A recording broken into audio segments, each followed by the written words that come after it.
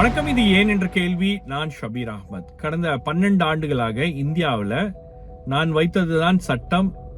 எனக்கு எப்படி மனம் சொல்கிறதோ அது போல்தான் நாங்கள் ஆட்சியை நடத்துவோம். மன் கி பாத் மாதிரி தான் நாங்கள் ஆட்சியை நடத்துவோம். மனசில் பட்டதை சொல்லுவோம், மனசில் பட்டதை செய்வோம் அப்படின்ற மாதிரி ஒரு ஆட்சியை நடத்தி கொண்டிருந்த பிரதமர் நரேந்திர மோடி அவர்களுக்கு ஒரு சம்மட்டி அடி விழுந்திருக்கிறது. கடந்த 35 நாட்களாக இந்தியாவில் அமைதியான முறையில் ஜந்தர் மந்தர்ல போராடி கொண்டிருந்த மாணவர்கள், இளைஞர்கள், அவர்கள் மீது கடந்த வாரம் காவல்துறையை ஏவி அந்த போராட்டத்தை ஒடுக்க வேண்டும் அப்படின்னு ஒடுக்கி தடியடி நடத்தி பெல்லட் குண்டுகளால் அவங்களுடைய உடம்புகளை துளைத்து அவங்களுடைய அதாவது சொல்ல முடியாத அளவுக்கு வேதனையை அனுபவிக்கும் வகையில் சில பேரை தாக்கி இருக்கிறது. அவங்களுடைய பிரைவேட் பார்ட்ஸில் தாக்குதல் நடத்தி இருக்கிறார்கள். பெண்கள் என்றும் பாராமல் அவங்கள அடித்து துன்புறுத்தி இருக்காங்க. காவல்துறையை ஏவி இதெல்லாம் பண்ணோன்னா எல்லாம் ஓடி ஒளிஞ்சிருவாங்க அப்படின்னு நினச்சி பண்ண அந்த விஷயம் பூதாகரமாக வெடித்து இந்தியா முழுவதும் ஒரு மிகப்பெரிய எழுச்சியாக மாறி, இந்தியாவில் நீங்கள் எந்த மாநில பேர் சொன்னால் கூட அந்த மாநிலத்தில் அங்கே இருக்கக்கூடிய இளைஞர்களும் மாணவர்களும் போராட்ட களத்தில் குதித்து வேற வழியே இல்லை, இந்த இனிமேல்ட்டும் சமாளிக்க முடியாது, ஏதாவது ஒன்று பண்ணி இதை முடிவுக்கு கொண்டு வர வேண்டும் அப்படின்ற இடத்துக்கு பிரதமர் நரேந்திர மோடியோடைய அரசாங்கம் தள்ளப்பட்டிருக்கிறது. அந்த அடிப்படையில் உயர்கல்வித்துறை அமைச்சர் தர்மேந்திர பிரதான் ராஜினாமா செய்திருக்கிறார். இது இந்த போராட்டத்துடைய முதல் வெற்றி. இந்த போராட்டக்காரர்களுடைய கோரிக்கை, மேலும் சில கோரிக்கைகள் இருக்கு. அதாவது நீட்டினால் பாதிக்கப்பட்டு உயிரிழந்த, அதாவது தற்கொலை செய்து கொண்ட அந்த மாணவியர்களுக்கு நிதி உதவி வழங்க வேண்டும், 1 கோடி ரூபாய் வழங்க வேண்டும் அப்படின்றாங்க. அதுக்கப்புறம் நீட் பேப்பர் லீக் ஆகிறத தடுக்க வேண்டும் அப்படின்ற ஒரு கோரிக்கை இருக்கிறது. பல பேர் மீது வழக்குகள் போடப்பட்டிருக்கிறது. அந்த வழக்குகளை எல்லாம் வாபஸ் வாங்க வேண்டும் அல்லது அதில் ஆக்ஷனை ட்ராப் பண்ணும் அப்படின்ற ஒரு கோரிக்கையும் இருக்கிறது. இது மாதிரி பல்வேறு கோரிக்கைகளை வைத்து இன்னும் அந்த பேச்சுவார்த்தை அப்படின்றது தொடர்கிறது.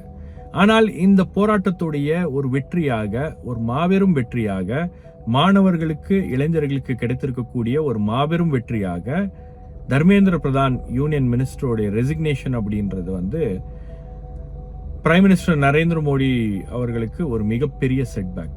ஒரு பர்சனலாவே அவருக்கு ஒரு செட்பேக்.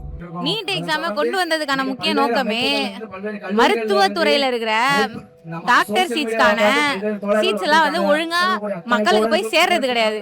எப்படின்னா டொனேஷன்ங்கிற பேர்ல வணிகமயமாக்கிட்டு சீட்ஸ்லாம் கரெக்டான பீப்புளுக்கு போய் சேர்றது இல்ல. கல்வி தரமான பீப்புளுக்கு தரமா இல்ல அப்படின்றதுனால மட்டும் தான் நீட் வந்துச்சு. இப்போ நீட் நம்ம எப்படி பார்க்கணும்னா, நீட்டுக்கு முன்னாடி இல்லீகலா பண்ணிட்டு இருக்காங்க இந்த கரப்ஷன்ஸ் எல்லாம். ஆனா நீட் வந்ததுக்கு அப்புறம் அந்த கரப்ஷன்ஸ் எல்லாம் லீகலா பண்றாங்க.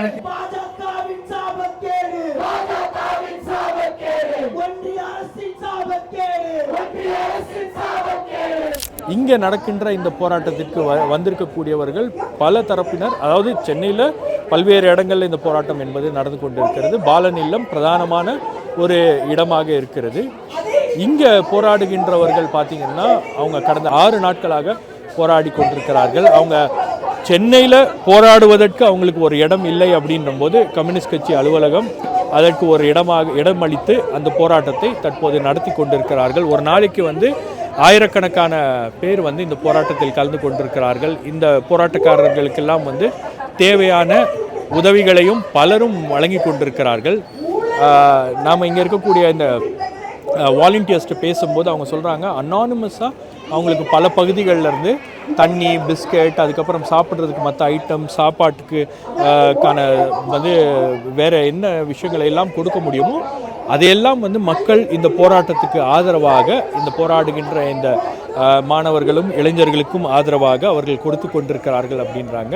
ஸோ நாங்கள் 5 நாளாக பார்க்குறப்போ எங்களுக்கு ஸ்விக்கி, சொமேட்டோஸ், இல்லைனா எல்லா இன்ஸ்டாமார்ட் அந்த மாதிரி இருக்கிற எல்லா ஆன்லைன் ஆப்ஸ்லையும் எங்களுக்கு வந்துட்டுருக்கு. அது தாண்டி மக்களே கொடுத்துட்ருக்காங்க.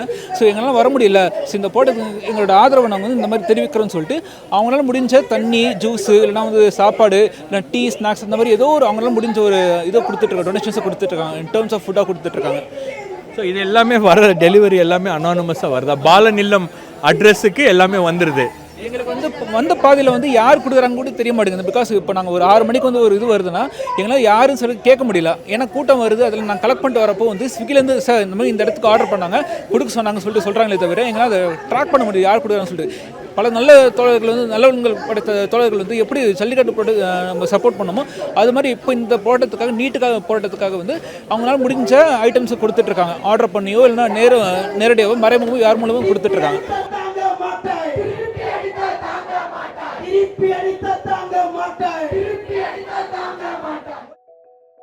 கடந்த சில நாட்களாக இந்தியாவில் நடக்கக்கூடிய அந்த சிஜேபி உடைய போராட்டம், காக்ரோச் ஜனதா பார்ட்டியுடைய போராட்டம் தொடர்பாகவும் சோனம் வாங்சுக்குடைய தொடர் உண்ணாவிரதம் தொடர்பாகவும் பல்வேறு செய்திகளை நியூஸ் மினிட் தமிழ் ஊடகமும் நியூஸ் மினிட்டும் வெளியிட்டு கொண்டிருக்கிறது, நியூஸ் லாண்ட்ரியும் வெளியிட்டு கொண்டிருக்கிறது. எங்களுடைய ரிப்போர்ட்டர்ஸ் களத்தில் டெல்லியிலிருந்தும் அதே போல் பல்வேறு பகுதிகளிலிருந்தும் அந்த போராட்டத்தை கவர் பண்ணிட்டு இருக்காங்க. அது பற்றி செய்திகளை தொடர்ந்து வெளியிட்டு கொண்டிருக்கிறோம். ஒரு போராட்டத்தை எப்படியெல்லாம் அதை திசை திருப்ப முடியுமோ, எப்படியெல்லாம் இந்த போராட்டத்தை காலி பண்ண முடியுமோ அதெல்லாம் வந்து இந்தியாவில் இருக்கக்கூடிய ஆங்கில ஊடகங்களும் பெரிய பெரிய ஊடகங்களும் அர்ணப் கோசாமி போன்றவர்களும் அதை செய்து கொண்டிருக்கிறார்கள்.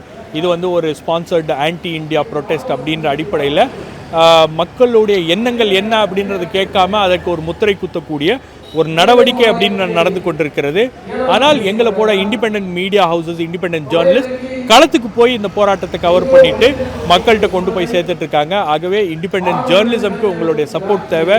ஆகவே நாம் செய்கின்ற இந்த பணி உங்களுக்கு பிடித்திருந்தால் இதை தொடர வேண்டும் அப்படின்னு நீங்கள் நினச்சிங்கன்னா இந்த QR கோட் மூலமாக உங்களுடைய ஆதரவு தெரிவிப்பீங்கன்ற நம்பிக்கையில் இந்த போராட்டத்தை தொடர்ந்து நியூஸ் மினிட், நியூஸ் லாண்ட்ரி, எங்களுடைய டீம் மற்ற இண்டிபெண்டன்ட் மீடியா ஹவுசஸும் மற்ற இண்டிபெண்டன்ட் ஜேர்னலிஸ்டோடையும் தொடர்ந்து இதை கவர் பண்ணிட்டு இருப்போம்.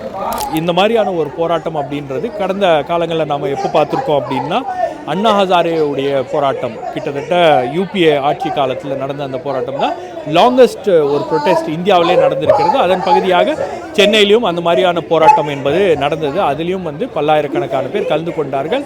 ஆனால் பல பேருக்கு இந்த போராட்டம் வந்து இதுக்கு பின்னாடி பிஜேபி இருக்கிறது, RSS இருக்கிறது அப்படின்றது வந்து காலம் கடந்து தான் வந்து தெரிஞ்சிச்சு. பட் இந்த போராட்டம் அப்படின்னு பார்த்தீங்கன்னா இதை வந்து எந்த ஒரு பிராண்ட்லேயும் இதை வந்து டேக் பண்ண முடியல. அதாவது இந்த போராட்டத்தை டிஸ்கிரெடிட் பண்ணுறதுக்கு பல்வேறு நடவடிக்கைகளும் முயற்சிகளும் தொடர்ந்து நடந்து கொண்டே இருக்கிறது. ஆனால் அதை எல்லாம் மீறி இந்த மாணவர்கள், இளைஞர்கள் இந்த போராட்டத்தை முன்னெடுத்து அவர்கள் அமைதியான முறையில் இங்கே வந்து நீட்டுக்கு எதிராகவும் டெல்லியில் நடக்கின்ற அந்த போராட்டத்துக்கு ஆதரவாகவும் காக்ரோச் ஜனதா பார்ட்டி அப்படின்ற ஒரு பேனருக்கு கீழே இவங்க இந்த போராட்டத்தை நடத்தி கொண்டு இருக்கிறார்கள். இந்த போராட்டம் எப்படி தொடங்குச்சு என்ன அப்படின்றத இந்த போராட்டத்தை நடத்தி கொண்டிருக்கக்கூடிய அனீஷ் அவர்கள் நம்மிடம் பேசியிருக்கிறார். அதை நம்ம முதல்ல பார்த்துருவோம். எங்களுக்கு வர ப்ரொட்டஸ்டர்ஸ் டெல்லியில் நடந்த மாதிரி எந்த விதமான ஒரு சர்க்கம்ஸ்டன்ஸும் ஃபேஸ் பண்ணிடக்கூடாது அப்படின்னு நாங்கள் உடனே பிளான் பண்ணிட்டு இருந்தோம். அந்த நேரத்தில் தான் AAS அந்த மாணவர்கள் நம்மளை காண்டாக்ட் பண்ணி அவங்கக்கிட்ட நம்மளுக்கு ஒரு ஸ்பேஸ் ப்ரொவைட் பண்ணி அந்த இடத்துல நீங்கள் பீஸ்ஃபுல்லாக ப்ரொட்டஸ்ட் கண்டக்ட் பண்ணுங்கள் அப்படின்னு சொன்னாங்க. இது ஒரு ப்ரைவேட் ப்ராப்பர்ட்டி. ஸோ இங்கே வந்தால் எந்த ஒரு மாணவர்களுக்கும் எந்த ஒரு ப்ரொட்டஸ்டர்ஸ்க்கும் ஒரு பாதிப்பு வராது. ஜல்லிக்கட்டு முடிவில் நடந்த மாதிரி ஒரு ட்ராஜடியோ இல்லை டெல்லியில் நடக்கிற மாதிரியோ ஒரு ட்ராஜடியோ நடந்துடக்கூடாது அப்படின்ற கன்சர்ன் எடுத்து தான் இங்கே நடத்துகிறோம் நம்ம. பட் இது வரைக்கும் அவங்க ஆதரவு தெரிவிச்சிருக்காங்களே தவிர கோஆப்ரேஷன் பண்ணுறாங்க, நம்மளுக்கு சப்போர்ட் பண்ணுறாங்க. பட் இது முழுக்க முழுக்க சிஜேபி தலைமையில் மட்டும்தான் நடக்குது. பல கட்சிகள் வந்து ஆதரவு தெரிவிச்சிட்ருக்காங்க. ஆனால் ரூலிங் பார்ட்டி அப்புறம் மற்ற கட்சிகள் எப்படி அதை சொல்கிறாங்க அப்படின்னா இதை வந்து அந்த கட்சிகளோட சாயத்தை எங்கள் மேலே பூசுகிறாங்க. இது வந்து ரொம்ப தப்பான விஷயம். எங்களுக்கு தேவை எல்லா கட்சிகளும் மக்கள்னால ஒரு சட்டத்தை மாற்ற முடியாது. நாங்கள் எதிர்பார்க்குறது எங்களோட ஃப்ரஸ்ட்ரேஷனை சொன்னால் கேட்குறதுக்கு ஒரு கவர்மெண்ட் வேணும். இப்போ நாங்கள் ஃப்ரஸ்ட்ரேஷனை சொல்கிறோம், அந்த கவர்மெண்ட்டில் இருக்க மெம்பர்ஸ், மினிஸ்டர்ஸ் அண்ட் MLAs தான் லா makers. So they have to create a law and abolish the need.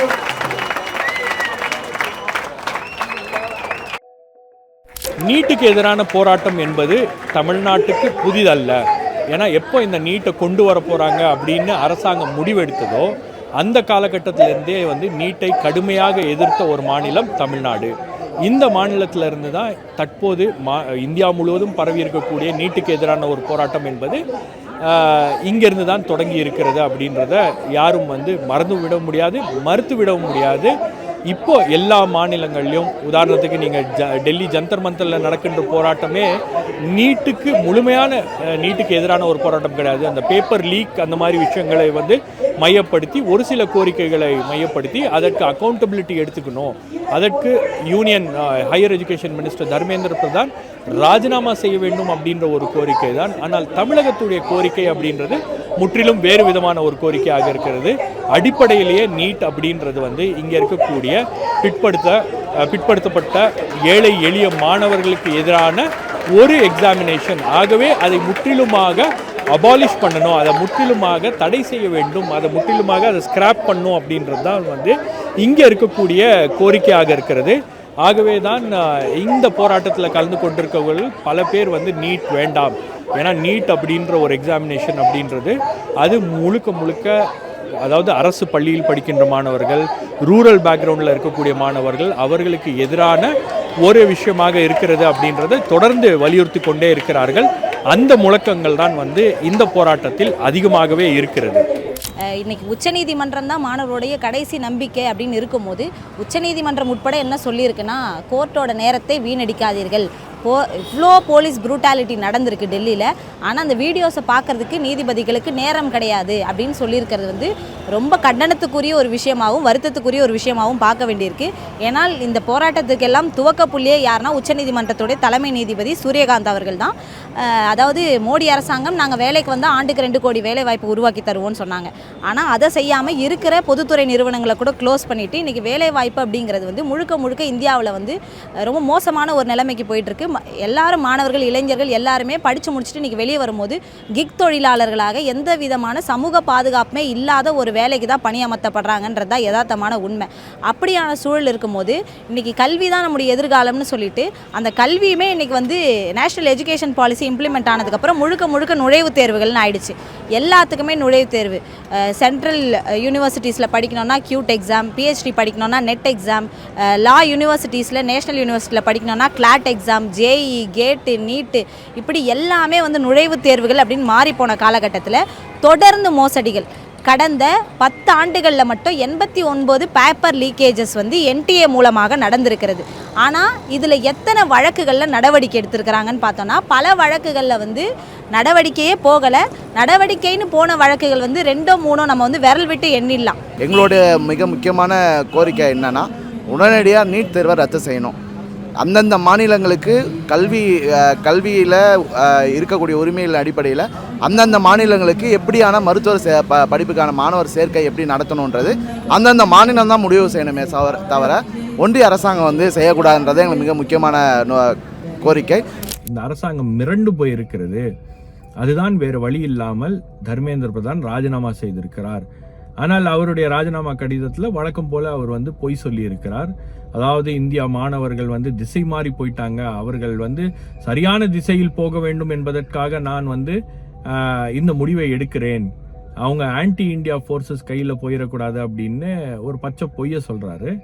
உண்மையிலே சொல்ல போனோம்னா இது அவருடைய நிர்வாக தோல்வி.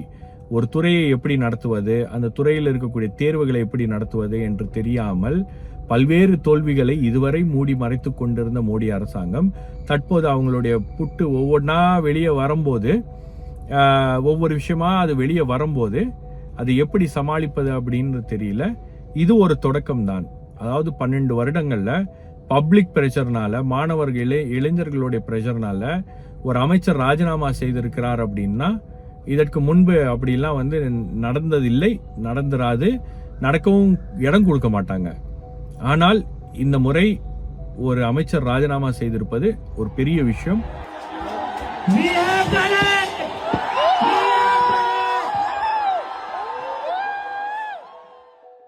இந்த போராட்டத்தை கண்டு பாஜக அரசாங்கம், ஒன்றிய அரசு அஞ்சி நடுங்குகிறது. ஏன்னா இதுக்கு முன்னாடி நடந்த எந்த போராட்டத்திலையும் பிரதமர் வெளிப்படையாக வந்து பெரிய அளவில் பேசலை, பிரதமர் வந்து வீடியோக்களை வெளியிடல. ஆனால் இந்த போராட்டத்திற்கு பிரதமரே வந்து வீடியோக்களை வெளியிட்டு அந்த போராட்டத்தை முடிவுக்கு கொண்டு வர வேண்டும் அப்படின்னு அமைச்சர்களை அனுப்பி சோனம் வாங்சுக் அவர்கள் கடந்த 20 நாட்களாக தொடர் உண்ணாவிரத போராட்டத்தை நடத்தி கொண்டிருந்தவரை இந்த போராட்டத்தை முடிவுக்கு கொண்டு வர வேண்டும் அப்படின்னாங்க. அவரும் போராட்டத்தை முடிவுக்கு கொண்டு வந்துவிட்டார். ஆனால் இந்த ப்ரொட்டஸ்ட் அப்படின்றது, இந்த ஸ்ட்ரீட் ப்ரொட்டஸ்ட் அப்படின்றது தொடர்கிறது. அதுல எந்த விதமான ஒரு மாற்று கருத்தும் இல்லை. சென்னையுடைய ஒரு பகுதியில் மட்டும் போராட்டம் நடக்கல, பல்வேறு பகுதிகளில் இந்த போராட்டம் என்பது நடந்து கொண்டிருக்கிறது. இன்னொரு பகுதியில் SFI மற்றும் DYFI இணைந்து நடத்துகின்ற காத்திருப்பு போராட்டம். கடந்த சில நாட்களாக SFI பல்வேறு பகுதிகளில் போராட்டம் நடத்தி கொண்டிருக்கிறார்கள். அந்த போராட்டத்தில் பாத்தீங்கன்னா காவல்துறை வலுக்கட்டாயமாக அவர்களை கைது செய்திருக்கிறது. அதற்கு பல்வேறு விதமான கண்டனங்களும் வந்திருக்கிறது.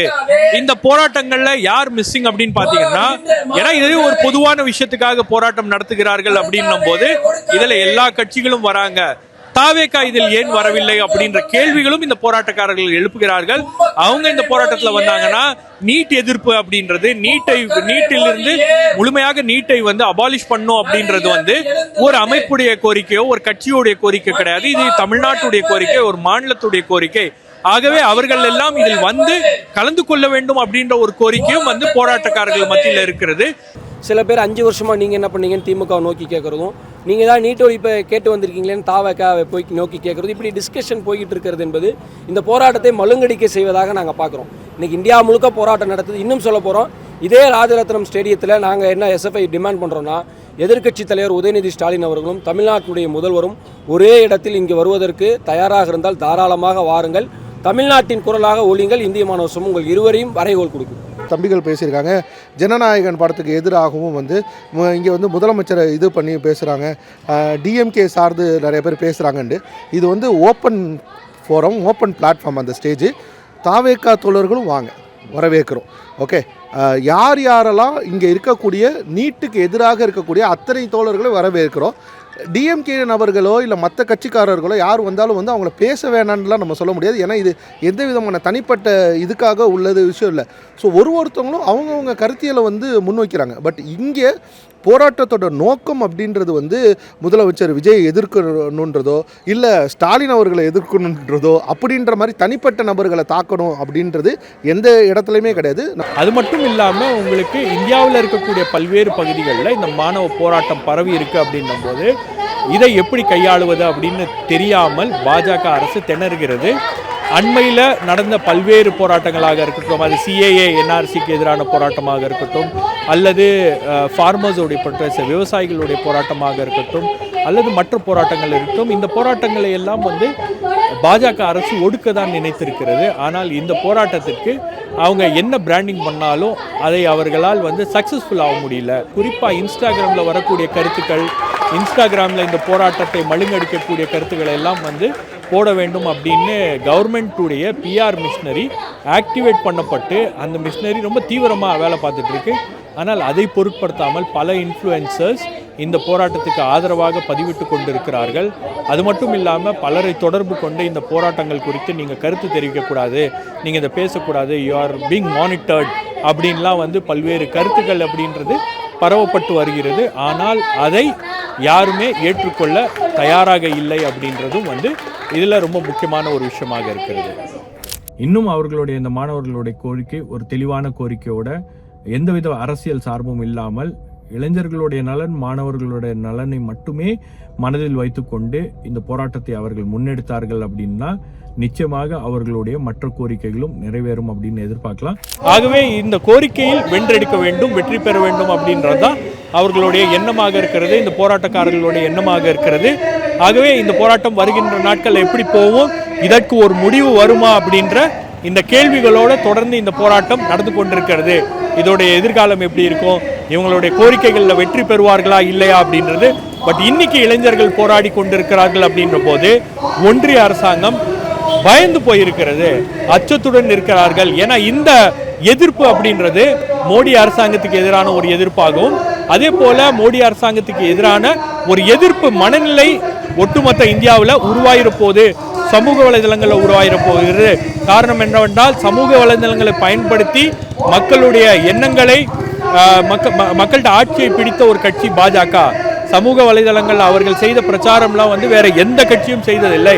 இன்னைக்கு ஒட்டுமொத்த சமூக வலைதளமே அவர்களுக்கு எதிராக கிளம்பி இருக்கிறது அப்படின்னும் போது அது ஒரு மிகப்பெரிய அச்சத்தை ஏற்படுத்தி இருக்கிறது.